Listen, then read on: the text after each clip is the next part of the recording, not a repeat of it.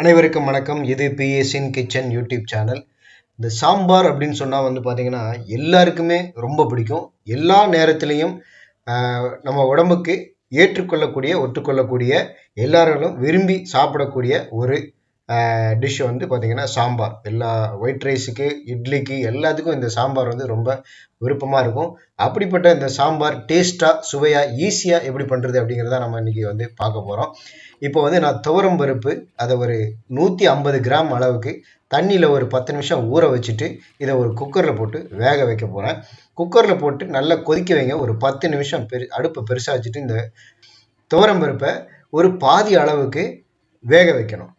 இதுக்கு நம்ம இந்த சாம்பாருக்கு, இந்த டேஸ்டியான சாம்பாருக்கு நம்ம எடுத்துக்கக்கூடிய காய்கறிகள் பார்த்தீங்கன்னா முள்ளங்கி.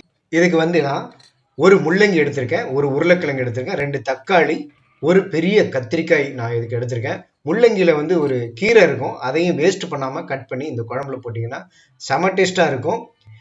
இப்போது இந்த நறுக்கி வச்சிருக்கிற காய்கறிகள் எல்லாத்தையும் இந்த துவரம் பருப்பு ஒரு பாதி அளவுக்கு வெந்த பிறகு நான் இதில் நறுக்கி வச்சிருக்கிற காய்கறிகள் எல்லாத்தையும் இந்த குக்கரில் போட்டுடுறேன். வெங்காயம் ஆட் பண்ணுறதா இருந்தால் நீங்கள் வெங்காயம் ஆட் பண்ணிக்கலாம். இந்த சாம்பாருக்கு நான் வெங்காயம் எடுக்கலை. வெங்காயம் இல்லாமலே இந்த சாம்பார் செம்ம டேஸ்ட்டாக இருக்கும். ஈஸியாக சுவையாக எப்படி பண்ணுறது அப்படிங்கிறத நம்ம இதில் பார்க்க போகிறோம். பொதுவாக பார்த்தீங்கன்னா இந்த சாம்பார் அப்படிங்கிறதுக்கே பிராமின்ஸ் ஸ்பெஷலிஸ்ட்டு, சூப்பராக இருக்கும் சாம்பார் அவங்க செய்கிற இது. இப்போ நான் ஒரு 1/2 ஸ்பூன் அளவுக்கு மஞ்சள் தூள் இதில் ஆட் பண்ணியிருக்கேன்.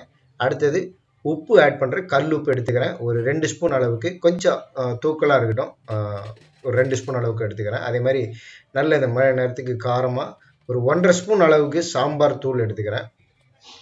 இது எல்லாத்தையும் நான் ஆட் பண்ணிவிட்டு இதை நல்ல ஒரு கலக்கிட்டு குக்கரை மூடி வச்சிடுறேன். தாராளமாக ஒரு 5லேருந்து 6 விசில் வரைக்கும் விட்டு இந்த குக்கரை நம்ம ரிலீஸ் பண்ணி எடுத்துக்கலாம். இந்த மீன் டைம் நம்ம ஒரு பெரிய நெல்லிக்காய் அளவுக்கு புளியை நல்லா கரைச்சி தனியாக எடுத்து வச்சுருக்கேன். அந்த குக்கர் ரிலீஸ் பண்ண பிறகு நம்ம பார்த்தீங்கன்னா அந்த காய்கள்லாம் நல்லாவே வெந்திருக்கு. இப்போ நான் கரைச்சி வச்சிருக்கிற புளியையும் அதில் கொட்டிட்டேன். இப்போ இந்த சாம்பார் பார்த்தீங்கன்னா சாப்பிட்றதுக்கே தயாராகிடுது. கடைசியில் நம்ம பண்ண வேண்டிய ஒரே வேலை, சமையல் எண்ணெய் ஒரு இதில் வச்சுட்டு பேனில் கடுகு, வெந்தயம், கருவேப்பிலை, கொஞ்சமாக சீரகம் போட்டு நம்ம தாளித்து கொட்டிட்டோம்னா இந்த செம்ம டேஸ்டியான ஐயர் வீட்டு சாம்பார் செம்ம டேஸ்டியாக தயாராகிடும்.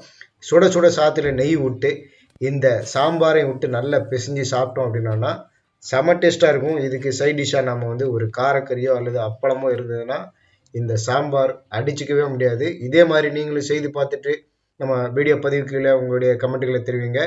மறக்காமல் நம்ம பிஎஸ்இன் கிச்சன் யூடியூப் சேனலுக்கு அடுத்தடுத்த இது போன்ற வெஜிடேரியன் சமையல் வீடியோக்களுக்கு சேனலை சப்ஸ்கிரைப் பண்ணுங்கள். இந்த வீடியோ பிடிச்சிருந்ததுன்னா லைக் பண்ணுங்கள், எல்லாருக்கும் ஷேர் பண்ணுங்கள். நன்றி.